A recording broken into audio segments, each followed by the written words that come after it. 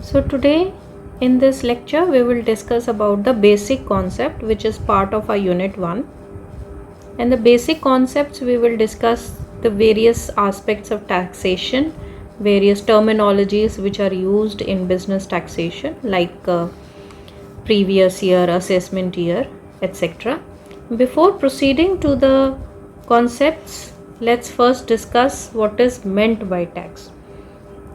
Now, tax is a financial charge which is imposed by the government on income, commodity, or activity. So, it's a financial charge. So, any kind of financial payment that a person is making to the government on the income earned by him, or if there is some commodity which is purchased, or if some activity is done. So if you are paying a financial charge to the government because of these, so that financial charge is known as tax. And why government impose taxes? Because government needs to generate revenue. They need revenue. For what purpose they need revenue? For the social and economic welfare.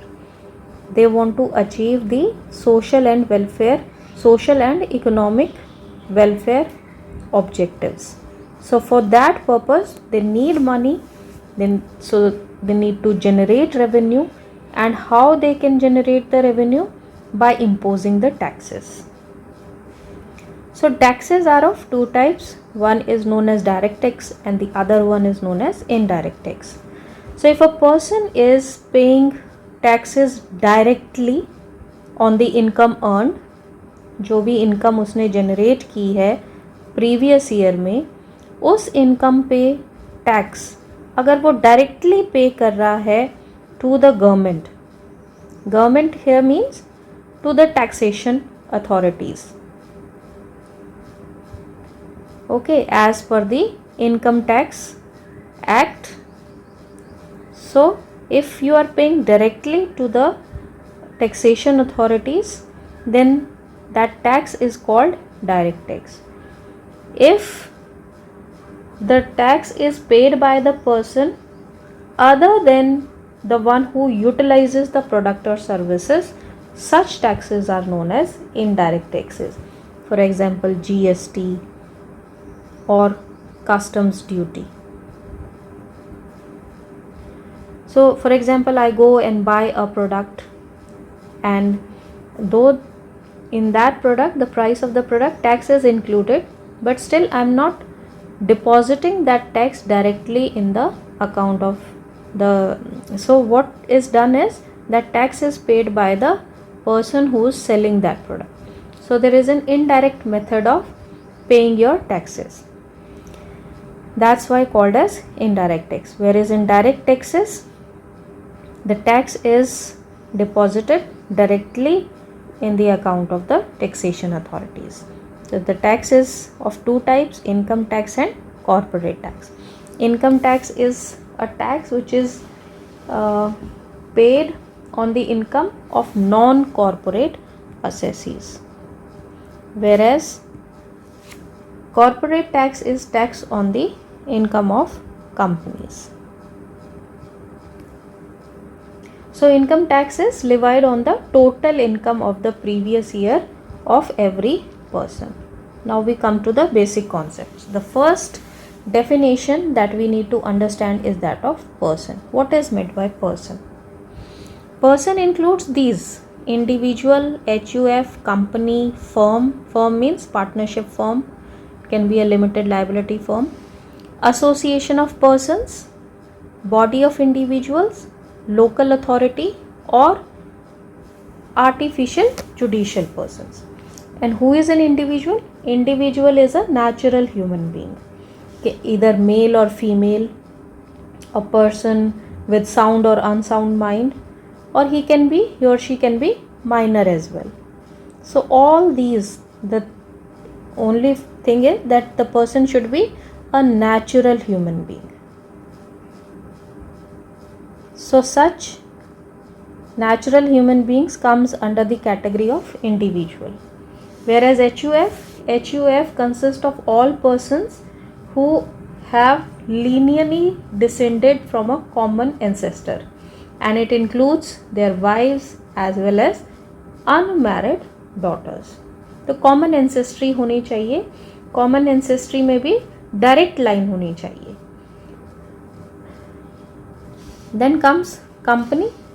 Company, it includes Indian company or a foreign company or any other institution which is assessed by CBDT. CBDT is Central Board of Direct Taxes as company. कभी भी अगर उसको company के दर्जा देकर आपने उसकी assessment company के हिसाब से करी है किसी फर्म की या इंस्टीट्यूशन की, तो वो हमेशा के लिए फिर किस कैटेगरी में आ गया? कंपनी में हो गया.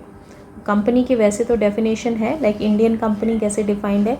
Indian company are those companies which are formed और incorporated as per the income Tax Act. उसमें पूरा दे रखा है कि किस किस को हम इंडियन कंपनी अज्यूम करते हैं, कौन सी होती हैं. तो ये तो हम पूरा डिटेल में पढ़ेंगे in our unit 2 corporate tax से जो रिलेटेड है. So will discuss there in detail, but all Indian companies are included in this. Then we have foreign companies, okay, and the third I have told you, जो भी हमारी CBDT ने जिन institutions को company की form में assess किया है, तो they are also companies. Then firms these include our partnership firm, whether they are registered or not. Then association of persons means a group which is formed voluntarily and made for a particular purpose, और उसमें persons का group है. persons means individual हो गया, कोई HUF हो गई, कोई firm, company, इनका अगर कोई ग्रुप बनता है तो association बनती है, तो that is association of persons. Then body of individual means only this individual, इनके ग्रुप को हम body of individual बोलते हैं.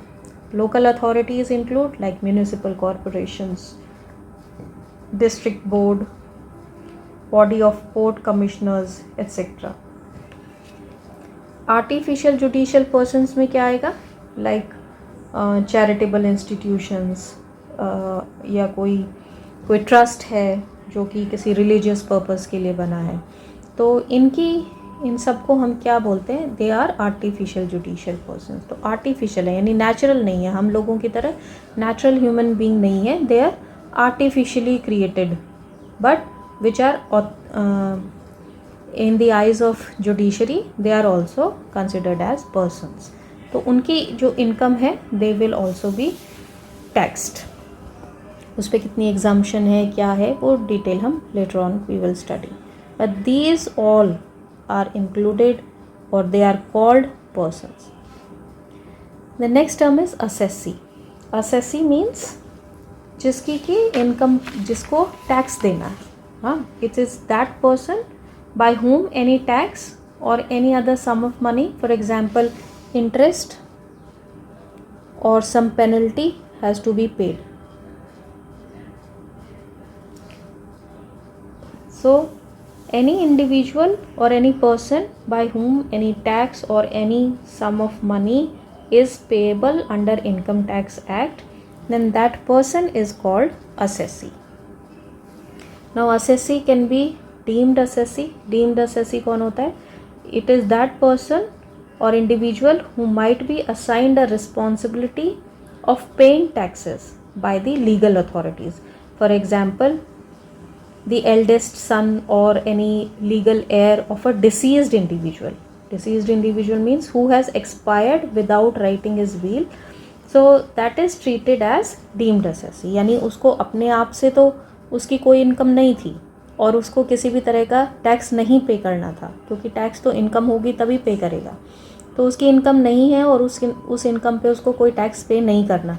इवन देन ऐसी सर्कमस्टेंस हो गई कि जिसकी वजह से उसको टैक्स पे करना पड़ रहा है, तो वो क्या बन गया? Deemed assessee. सिचुएशन क्या अराइज हुई कि उसके फादर की डेथ हो गई. डेथ होने के बाद जो फादर की इनकम थी वो उसके एल्डेस्ट सन को मिली, तो जिसको इनकम मिली है वो ही अब उसके बिहाफ पे टैक्स पे करेगा.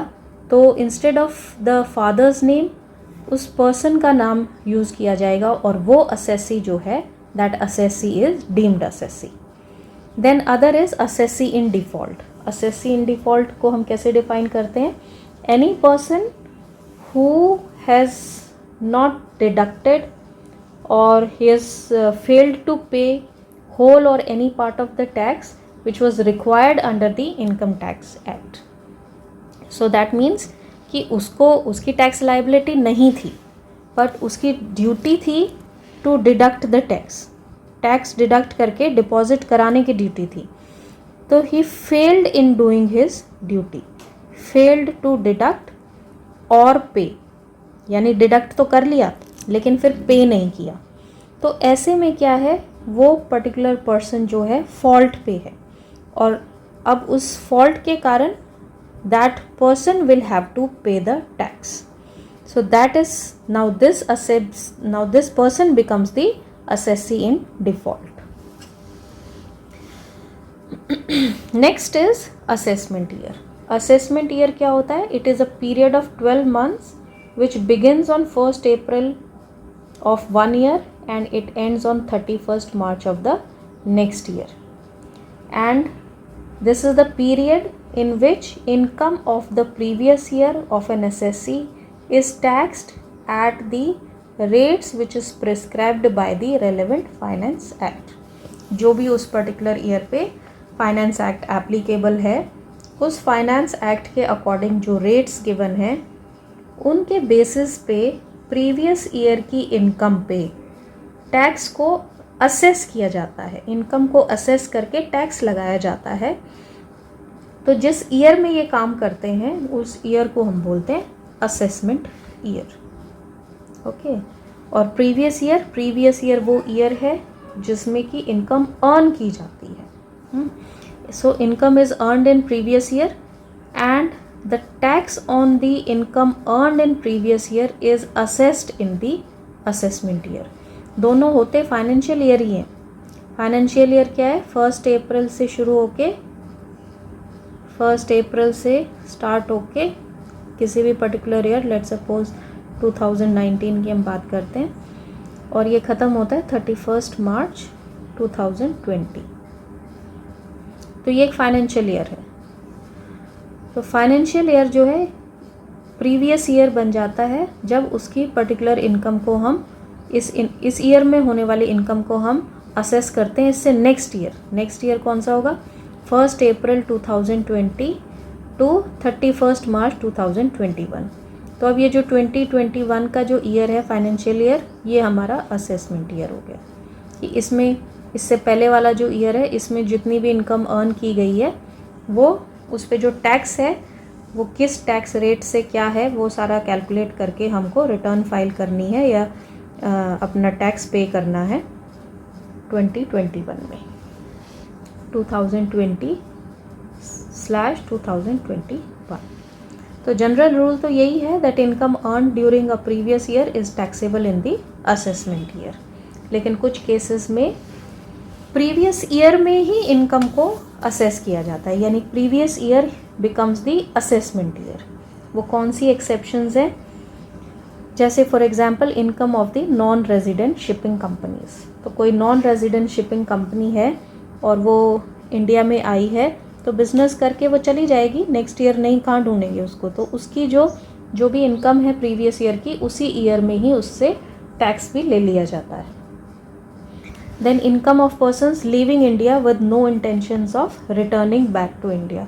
So if there are persons who are leaving India forever, तो उन्होंने भी उस पर्टिकुलर प्रीवियस ईयर में जितनी इनकम अर्न की है उसी ईयर में ही इनकम को असेस करके टैक्स पे करके then they can leave India. So in this case previous year is the assessment year. इसी तरह से if there are bodies which are formed for short period of time, यानी थोड़े दिनों के लिए बनी है, महीना 2 महीना के लिए या साल से कम के लिए, तो उनकी जितनी भी इनकम है उस पर टैक्स असेस करके उसी ईयर में ही उसका चैप्टर क्लोज कर दिया जाता है. Then if any person is trying to alienate his assets का मतलब क्या होता है? Transferring the right to receive income, that is called alienating an asset. तो क्या किया कि उस एसेट से जनरेट होने वाली इनकम को हमने एलिनेट कर दिया, यानी ट्रांसफ़र कर दिया. तो जब किस लिए कर रहे हैं? To avoid payment of tax. तो ऐसे केस में भी जिस ईयर में वो ट्रांसफ़र्स को ऐसे राइट्स को ट्रांसफ़र कर रहा है, तो उसी ईयर में ही उसकी इनकम को असेस कर लेते हैं. Then another example, another exception is income of a discontinued business. अगर कोई बिजनेस डिसकंटिन्यू हो गया है प्रीवियस ईयर में, तो उसी ईयर में ही उसकी इनकम को असेस कर लिया जाता है. So these are certain exceptions to this rule. Otherwise generally previous year होता है जिसमें इनकम अर्न कर रहे हैं, और उससे नेक्स्ट फाइनेंशियल ईयर होता है असेसमेंट ईयर, जिस पे कि हम उस पर टैक्सेस पे कर रहे हैं. Next comes the concept of income. Income जो है, ये फीचर्स हैं इसके इनकम के कि इस तरह से होनी चाहिए, और इन पे हम इनकम पे टैक्स पे करते हैं. तो जो इनकम है हमारी, वो कैश में भी हो सकती है और काइंड में भी हो सकती है. These are a kind of broad principles. Generally तो इनकम पीरियोडिकल मॉनेटरी रिटर्न है जिसमें कुछ रेगुलरिटी रहती है.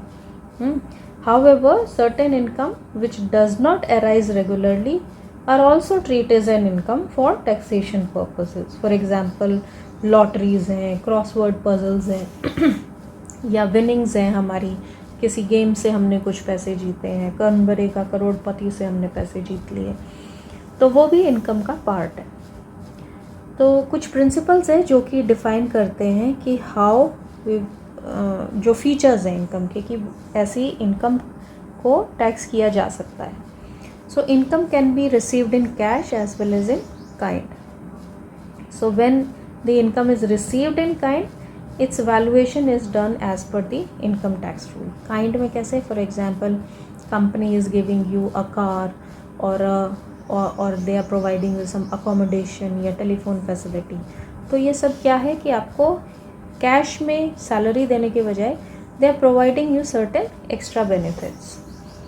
देन इनकम में accrue to a tax payer without its actual receipt also.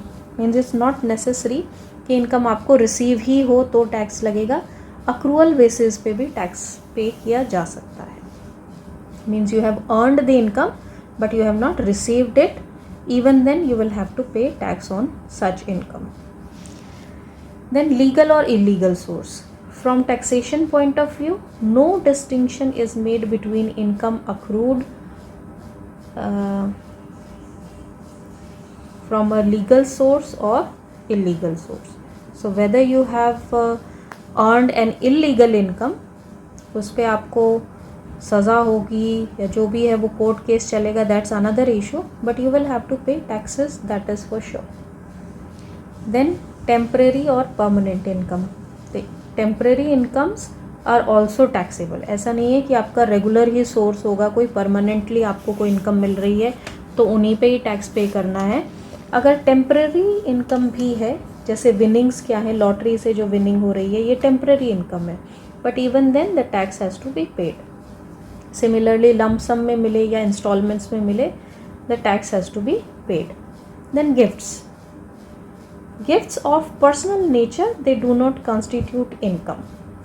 Okay, जैसे बर्थडेज पे, मैरिजेस पे, इन पे जो गिफ्ट रिसीव होता है, ये पर्सनल नेचर का गिफ्ट है, और ये जो है इनकम का पार्ट नहीं बनता, subject to an amount of ₹50,000.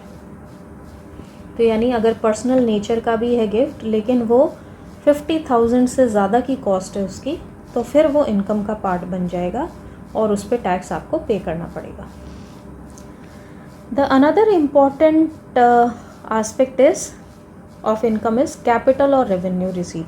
इन दोनों के बीच में डिस्टिंक्शन करना बहुत ज़रूरी है, क्योंकि कैपिटल रिसीट्स क्या हैं, वो आपकी इनकम का पार्ट नहीं बनती. कुछ स्पेसिफाइड हैं जो कि कैपिटल गेन्स हैं और आपको उस पर टैक्स देना पड़ता है. Otherwise generally capital income they are not part of your income. Only the revenue receipts are taxable. So amount of income which is generated from fixed capital. Fixed capital से आप कोई इनकम जनरेट कर रहे हैं तो उसको हम capital receipt बोलते हैं. Whereas a receipt referable to circulating capital. Circulating capital क्या होती है?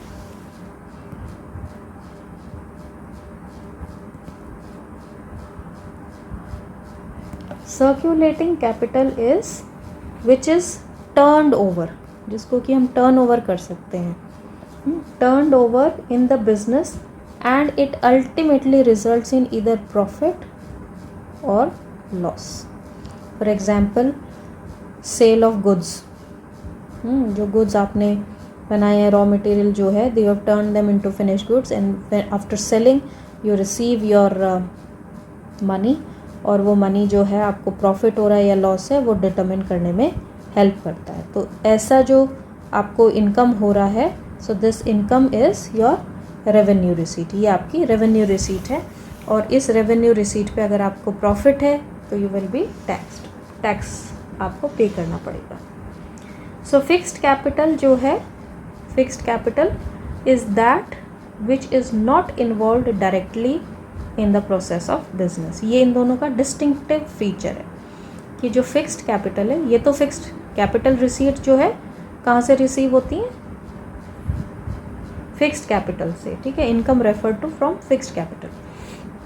तो फिक्स्ड कैपिटल क्या चीज़ है? जो कि डायरेक्टली बिजनेस प्रोसेस में इन्वॉल्व नहीं है. हाँ, for example plant and machinery, land and building, ये फिक्स्ड कैपिटल है हमारी, डायरेक्टली मैन्युफैक्चरिंग में इन्वॉल्व नहीं हो रही. इन्वॉल्व क्या हो रहा है मैन्युफैक्चरिंग में? रॉ मटेरियल यूज़ हो रहा है, कोई स्पेयर पार्ट्स, टूल्स, इस तरह की चीज़ें जो कंज्यूम हो रही हैं. So fixed capital is one which is not directly involved in the process of the business, whereas revenue receipts क्या है? उसमें जो है हमारा जो कैपिटल है या जो एक्सपेंसेस हैं वो लगातार लग रहे हैं. यानी हमारे नेचर ऑफ बिजनेस डिटरमिन करता है कि हमारी रिसीट्स जो है रेवेन्यू रिसीट है या कैपिटल नेचर की. जैसे मैंने अभी कहा कि मशीनरी जो है दैट इज़ फिक्स्ड एसेट्स. लेकिन फिक्स्ड एसेट ये कहाँ है? अगर कोई मैन्युफैक्चरिंग ऑर्गेनाइजेशन है, लेट्स सपोज कॉटन फैब्रिक बना रही है, तो वहाँ पे मशीनरी जो है फिक्स्ड हो गई. लेकिन अगर कोई ऑर्गेनाइजेशन है जो कि मशीनरी ही बना रही है तो उसके लिए मशीनरी क्या है? सर्कुलेटिंग कैपिटल का पार्ट हो गया. तो machinery in the hands of manufacturer is part of his fixed capital, whereas for machinery dealer it's circulating capital. So proceeds of sale of stock in trade is a revenue receipt. जो आपका stock in trade है, finished goods है आपके, तो वो तो उनसे जो सेल की जो proceeds आ रही हैं वो हमारी revenue receipts हो गई.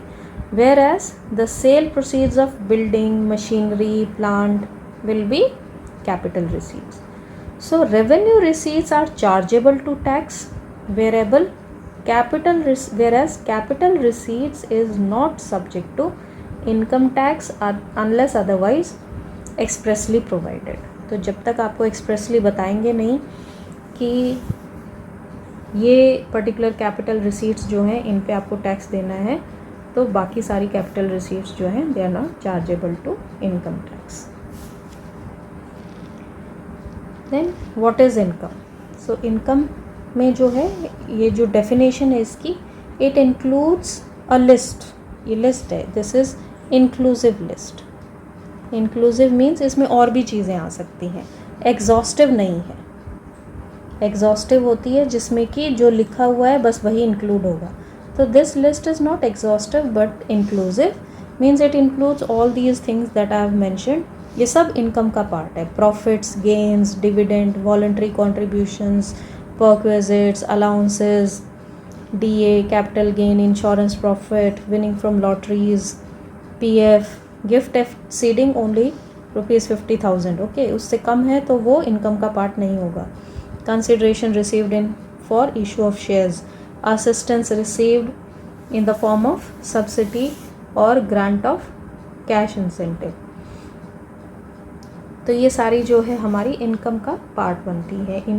तो इनकम को हम डिफाइन ऐसे नहीं कर सकते कि income means this and this, बस यही है इनकम, बाकी कुछ इनकम नहीं है। तो इनकम को हम वैसे बोलते हैं कि एक पीरियोडिकल मॉनेटरी रिटर्न है, लेकिन ज़रूरी नहीं है कि ये पीरियोडिकल हो या आपको किसी रेगुलरिटी की तरह से मिलता रहे। तो इनकम में ये सारी चीज़ें इंक्लूडेड हैं। इसके अलावा भी जो भी और भी कोई चीज़ हो सकती है तो वो भी इनकम का पार्ट बन सकती है from taxation point of view. Otherwise तो हम इनकम को किसी एक पर्टिकुलर सांचे में ढालने की कोशिश करते हैं, डिफ़ाइन करने की, लेकिन टैक्स के पॉइंट ऑफ व्यू से तो ये एक लिस्ट है कि ये सारी चीज़ें जो हैं they are called income. So this is how you will define income. अगर आपसे पूछते हैं कि इनकम डिफ़ाइन कीजिए तो इनकम इंक्लूड्स करके आएगा और उसमें आप ये सारी टर्म्स लिखेंगे, ये सब इंक्लूडेड हैं and the list is inclusive, it is not an exhaustive list. इसमें और भी टाइम टू टाइम और एडिशंस होती जाती हैं। हाँ, इनकम के जो है ये फीचर्स हैं, ये फीचर्स होने ज़रूरी है, यानी कि वो कैश भी हो सकती है, काइंड भी हो सकती है, एक्रूअल बेसिस पे भी हम उस पर टैक्स लगाते हैं, चाहे हमारी सोर्स लीगल है चाहे इलीगल है, तो ये सारी फीचर्स होने भी ज़रूरी हैं उसमें। So this is all for today. Next aspect of concept residential status we will discuss is next class. Thank you.